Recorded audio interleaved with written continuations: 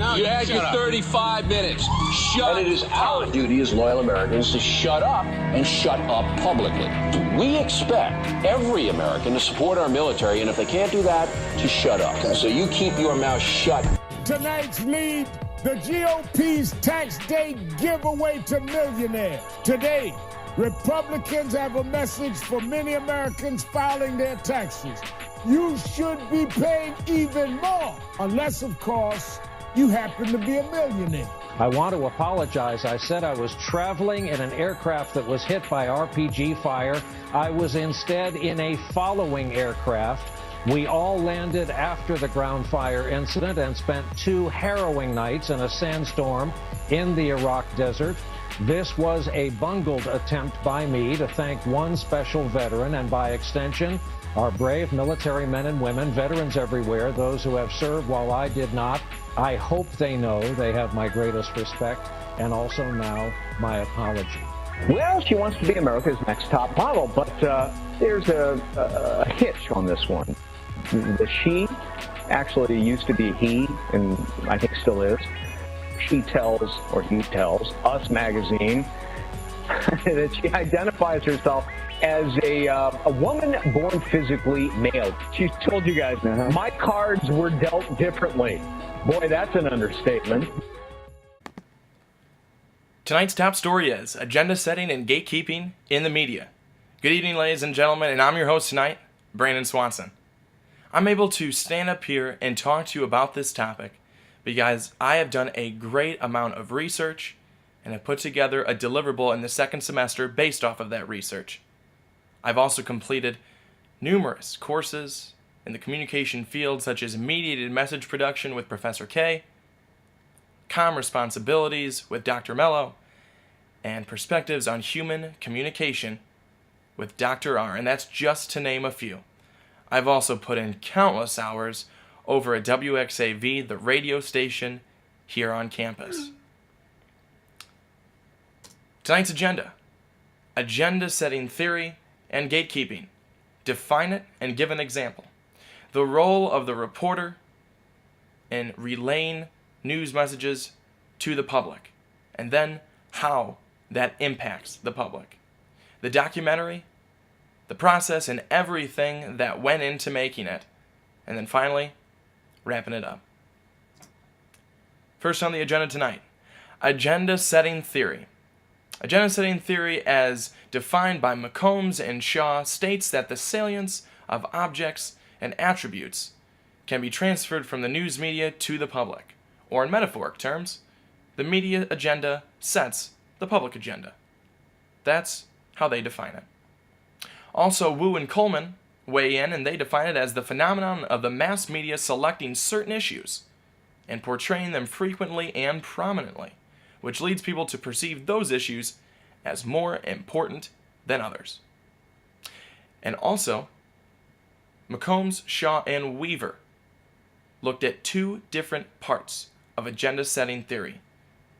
And they state that on the first level, in the first part, agenda setting deals with the selection of issues by the news media and its impact on the public agenda. So ultimately, the news stories that reporters decide to report on.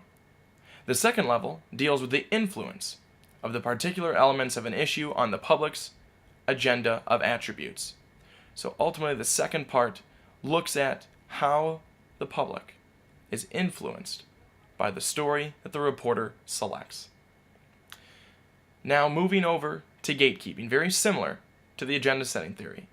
Gatekeeping, as defined by Shoemaker and Voss, states that it's the process of culling and crafting countless bits of information into the limited number of messages that reach people each and every day. And it's the center of the media's role in modern public life.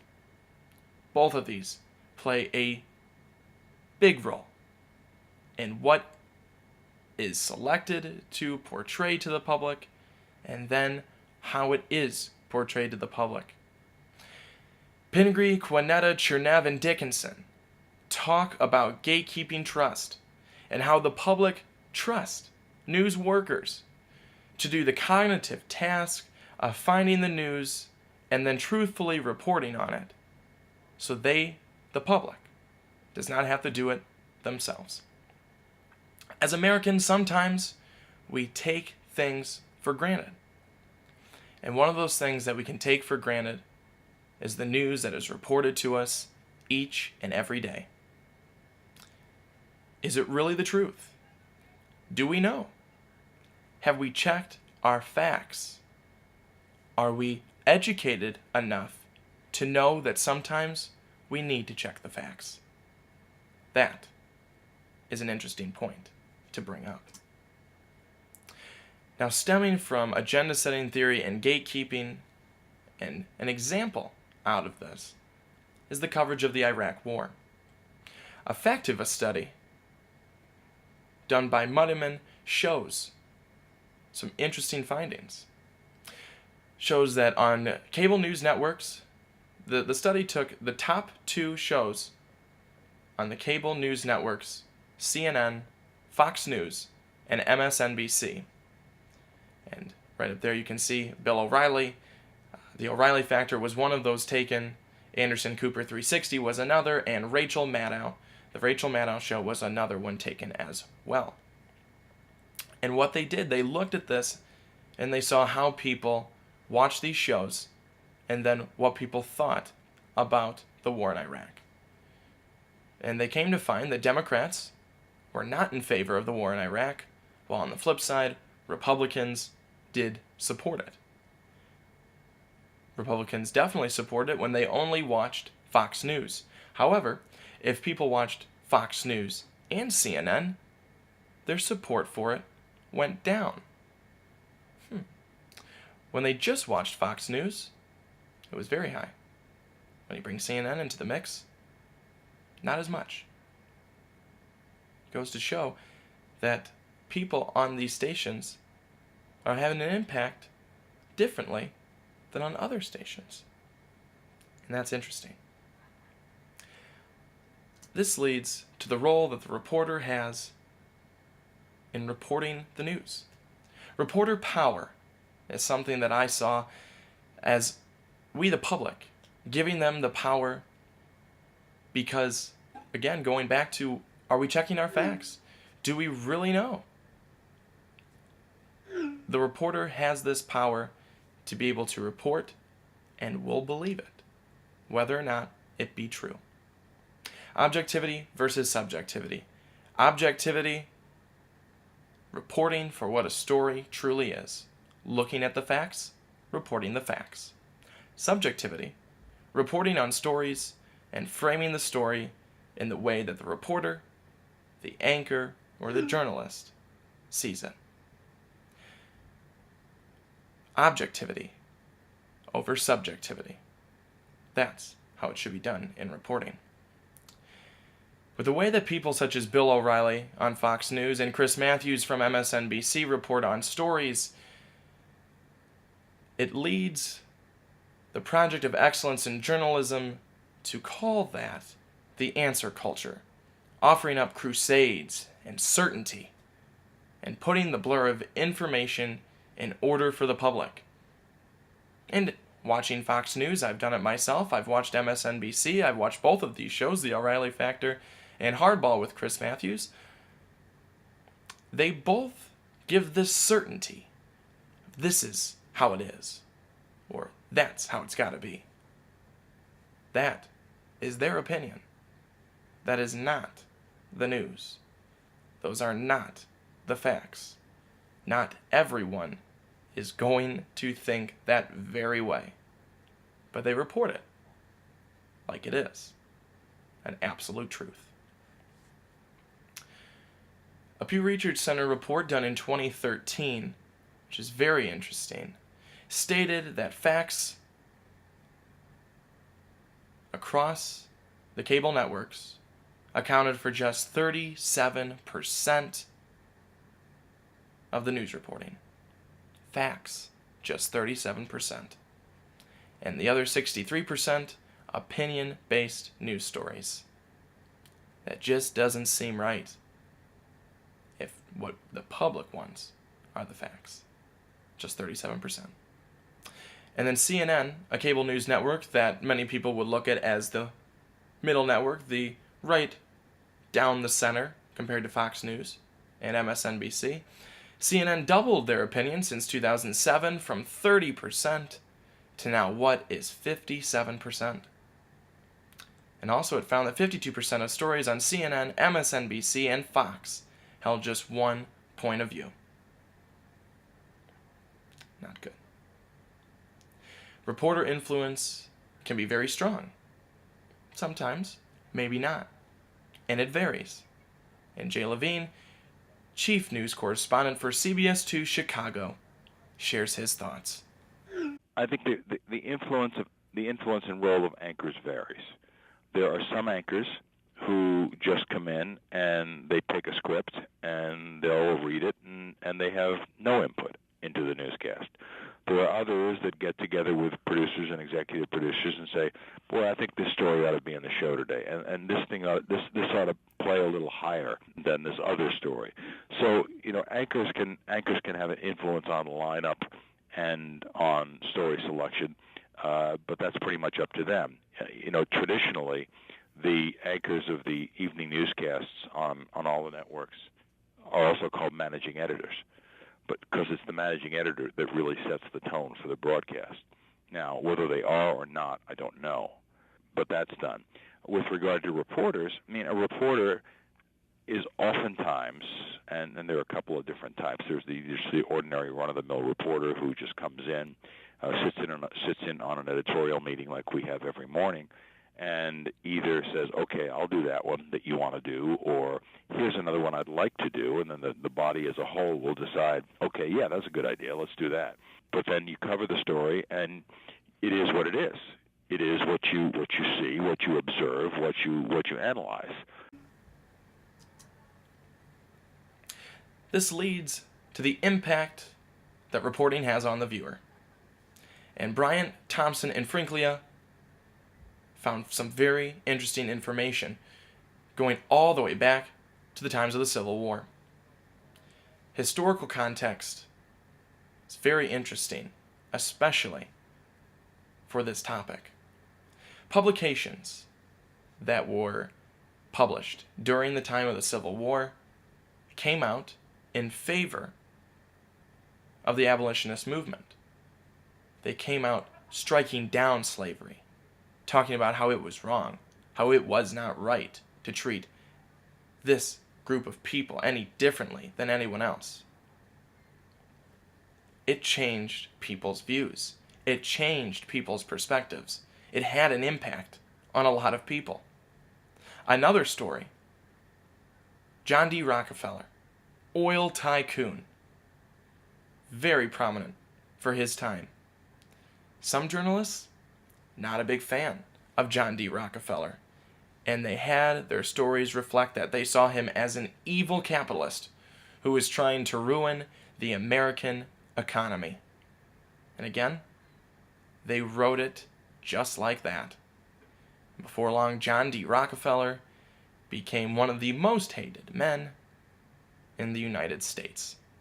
So much so that he had to go out and get his own PR people. It can definitely have an impact on the public. Reporting can definitely have an impact on public opinion and how people view a certain story or even certain people. Does the impact depend on you? You in the public. It definitely can. People must be educated and they must be able to do their own fact-checking. And Carolina Cruz, WTVO eyewitness news reporter, opines. It's up to the viewer. Depends how they process the information and what they decide to do with it. As a news organization, when we're doing a newscast or putting the stories together for the newspaper, our main objective is to educate people so they know what's going on or understand better how this law will affect you or why you should care about paying more taxes. We pretty much just give this information to make sure people are educated on what they're doing. The impact on the viewer pretty much depends on their family or how they want to use that information. It depends. It's hard to tell, especially depending on how many viewership you have or how many readership you have. Sometimes it depends on how the viewer takes it and if they're just watching one channel. I mean, framing in a bad way obviously is going to be something that the people is going to stay with, and they're going to feel that's true, and they might not realize that the information hasn't been completely given out unless they go to another source and look for more information. It could be a bad impact on the viewers, but it's one of those things that is the same, kind of similar to what I said before. We're just putting the information out there to educate people, but it's up to that viewer to realize, okay, they're telling me this info, that's true, but they didn't tell me this other detail. And then I go to another website and I find out about this other detail, but they didn't mention anything about what the other channel said. So, I mean, they're all telling you the truth, just in different ways. And if you're not really educated enough or interested enough to get more information, to really understand the whole picture, the impact is going to depend on you. This leads into the documentary that I did here in the second semester of senior seminar. The process started back in January, which seems so long ago, probably because it was. I spent that time crafting up an email that I would send to my participants along with questions that I would ask them as well. Dealt with multiple emails back and forth with Dr. Robinson, so much so to the point where she was probably like, "Brandon, please leave me alone for just a few minutes." But she never came out and said that. And I wanted it to be perfect. I wanted it to be perfect. The people that I had in my documentary: Jay Levine, Chief News Correspondent for CBS 2 Chicago; Carolina Cruz, WTVO Eyewitness News; Andy Gannon, 23, WIFR News Anchor; and Howard Ludwig, reporter for DNA Info. They all brought something different to the table. They all brought something unique. They all brought great information. They all were a vital piece to this documentary. I asked questions such as, how does a news reporter go about choosing an organization? How does an organization go about hiring? How does objectivity and journalist reporting connect? How does it intertwine? How is it related? Issues of framing. What they thought about that. Very interesting questions. They had very interesting answers. And I learned a lot. I learned a lot about what does go into reporting, what does go into setting the news agenda. And it's not about opinion. It's about facts. It's about informing the public. That's what it's about. Future considerations, I want to add on to this. I want to make this even better than what it already is. And I took pride in my work. I always do, and I think it was a very good documentary. But there can be more added to it. I got a call the other day from someone I reached out to 2 months ago about doing an interview. She said yes. No longer for the purposes of grading, but for the purposes of making this even better. I'm very excited to be able to add on to this, to make this better. I think you just have to be very careful to know that you as a journalist have to look yourself in the mirror every morning. And I've been on television in Chicago now for 41 years. And my test is, can I look myself in the mirror every morning and say, okay, I've done the best I could. You know, I have a news director who says, the question you always ask, have I done my best work today? Well, I'm not sure you can possibly do your best work every day, but you can sure try. You have to be honest with yourself, and you have to be honest with your viewers, your listeners, or your readers to make sure that you're telling the truth and that you're being objective and that you're being fair. And it's hard sometimes because emotions do enter into it, but that's the one thing that you have to adhere to. Objectivity and integrity will always be at the heart of reporting, always has been, and always should be. And until next time, folks, keep it classy, Saint Savior.